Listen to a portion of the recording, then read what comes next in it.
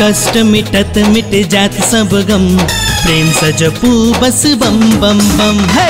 कष्ट मिटत मिट जात सब गम, प्रेम से जपू बस बम बम बम। प्रेम से जपू बस बम बम बम, प्रेम से जपू बस बम बम बम है। प्रेम से जपू बस बम बम बम, प्रेम से जपू बस बम बम बम।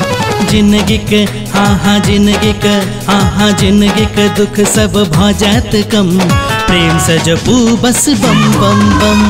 कष्ट मिटत मिट जात सब गम, प्रेम से जपू बस बम बम बम। कष्ट मिटत मिट जात सब गम, प्रेम से जपू बस बम बम बम।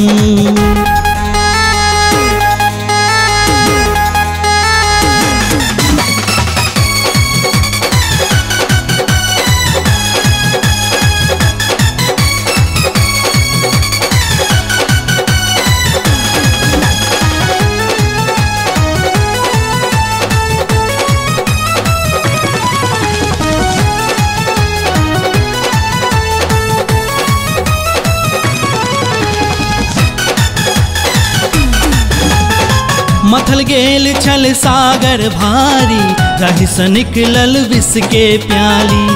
पीवी कविश नीलकंठ कहेला, सुर सूर के प्राण बचेला।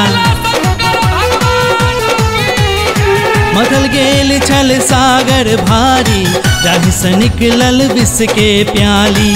पीवी कविश नीलकंठ कहेला, सुर सूर के प्राण बचेला। सब हक डर झटक देला कम, प्रेम से जपू बस बम बम बम। कष्ट मिटत मिट जात सब गम, प्रेम से जपू बस बम बम बम।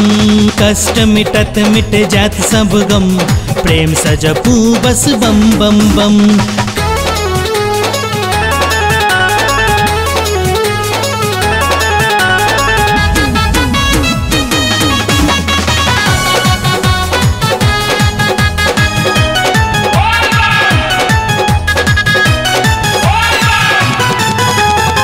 विद्यापति कवि विद्वान, परम भक्त शिव केर महान।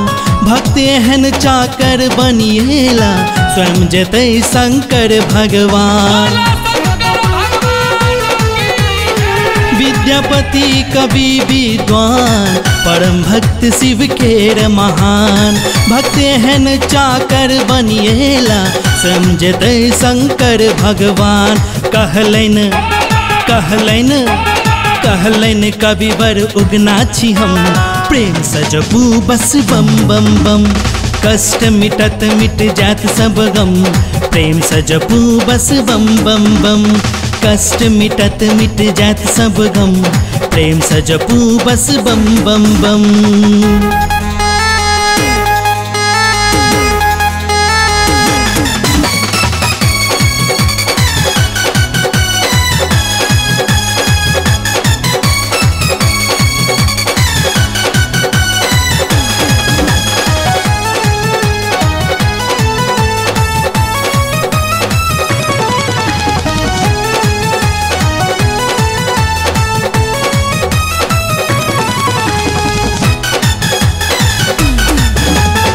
देवक देव शिव आढ़र दानी, नाथ अनाथक त्रिभुवन स्वामी। राजा रंक अमीर भिखारी, सबहक आस पुरावती दानी। देवक देव शिव आढ़र दानी, नाथ अनाथक त्रिभुवन स्वामी। राजा रंक अमीर भिखारी, सबहक आस पुरावती दानी। भक्त आदित्य करन मन, प्रेम से जपू बस बम बम बम। कष्ट मिटत मिट जात सब गम, प्रेम से जपू बस बम बम बम। प्रेम से जपू बस बम बम बम, प्रेम से जपू बस बम बम बम। प्रेम से जपू बस बम बम बम, प्रेम से जपू बस बम बम बम। जिंदगी के हाँ जिंदगी के दुख सब भ जात कम, प्रेम से जपू बस बम बम बम।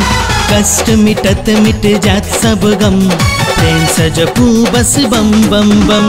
कष्ट मिटत मिट जात सब गम, प्रेम सजपू बस बम बम बम।